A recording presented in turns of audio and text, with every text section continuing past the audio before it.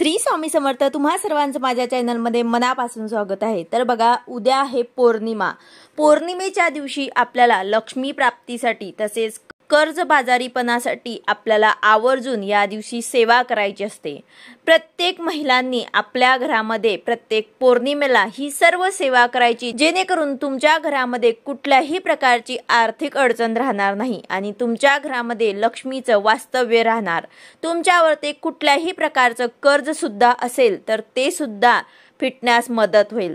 त्याचबरोबर उद्या न चुकता 2 वस्तू ज्या आहेत ते ब्राह्मणांना तुम्हाला दान करायचे आहे, जेणेकरून कुठल्याही प्रकारच्या जन्मजन्मांतरीच्या शापातून आणि पापातून मुक्त होण्यासाठी ह्या 2 वस्तू ज्या आहेत ते आपल्याला ब्राह्मणांना दान द्यायचे आहे। आता त्या वस्तू कोणत्या आहेत, त्याचबरोबर सेवा काय करायची आहे, याबद्दलची संपूर्ण माहिती मी तुम्हाला आजच्या व्हिडिओमध्ये सांगणार आहे। व्हिडिओ पूर्ण बघा, जेणेकरून तुम्हाला संपूर्ण माहिती मिळेल।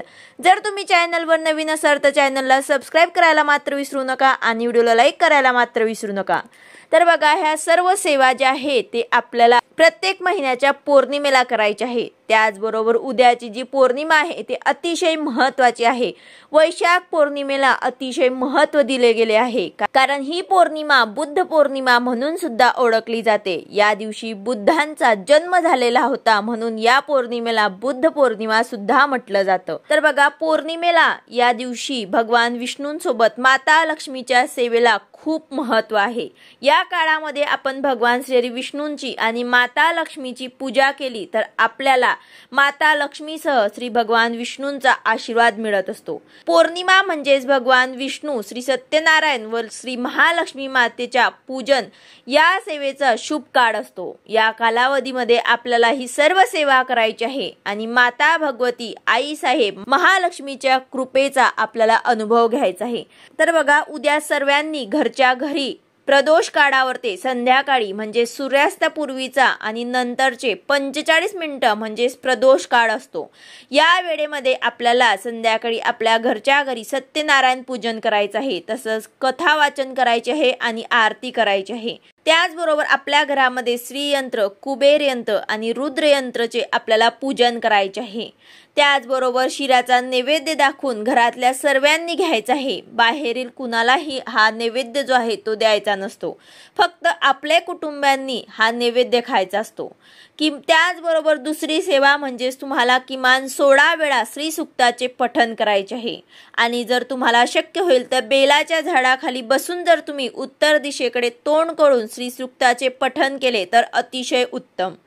यानंतर तुम्हाला श्रीयंत्राचे पूजन करून कुंकुमार्चन करायचे आहे। कुंकुमार्चन तुम्ही ओम ऐं ह्रीं क्लीं चामुंडाय विचे या नवार्मण मंत्राचा 108 वेळा जप करून सुद्धा करू शकतात, किंवा मग तुम्ही श्री सूक्ताचे पठण करून सुद्धा कुंकुमार्चन करू शकतात।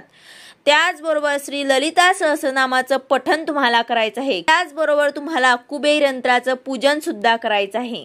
सर्व 3ही यंत्राचं तुम्हाला पूजन करायचं आहे, श्रीयंत्र, कुबेर यंत्र आणि रुद्र यंत्र।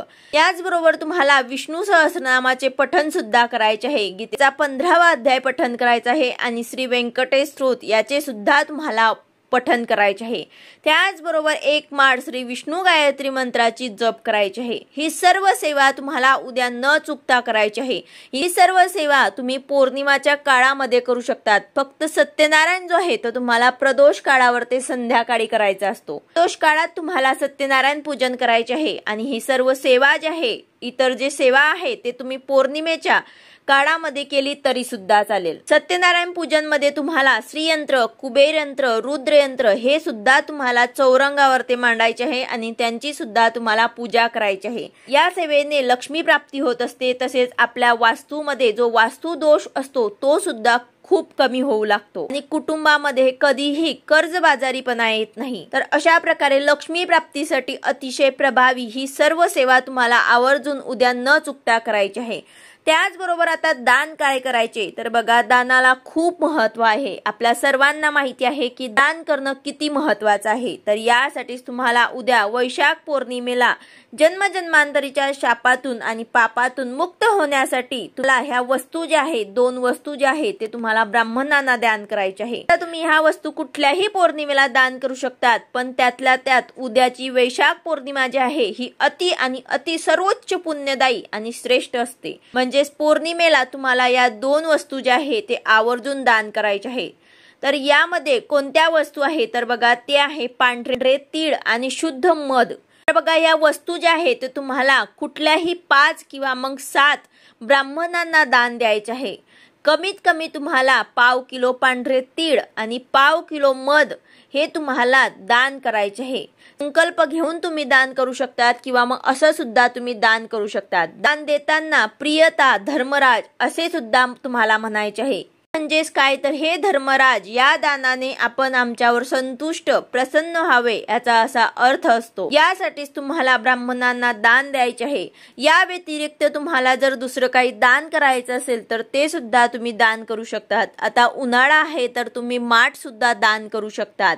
जर तुम्ही अक्षय तृतीयेला कुंभाची पूजा केली असेल, कर आणि केळीची पूजा केली असेल, तेव्हा जर तुम्ही दान केलं नसेल तर आता सुद्धा तुम्ही ते दान करू शकतात.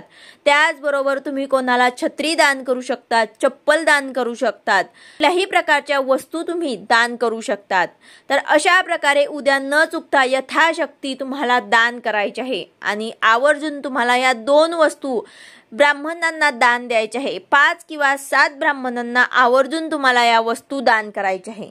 व्हिडिओ आवडला असेल तर लाईक करा, शेअर करा, सबस्क्राईब करा. भेटूया अशाच नवीन व्हिडिओ सोबत. श्री स्वामी समर्थ.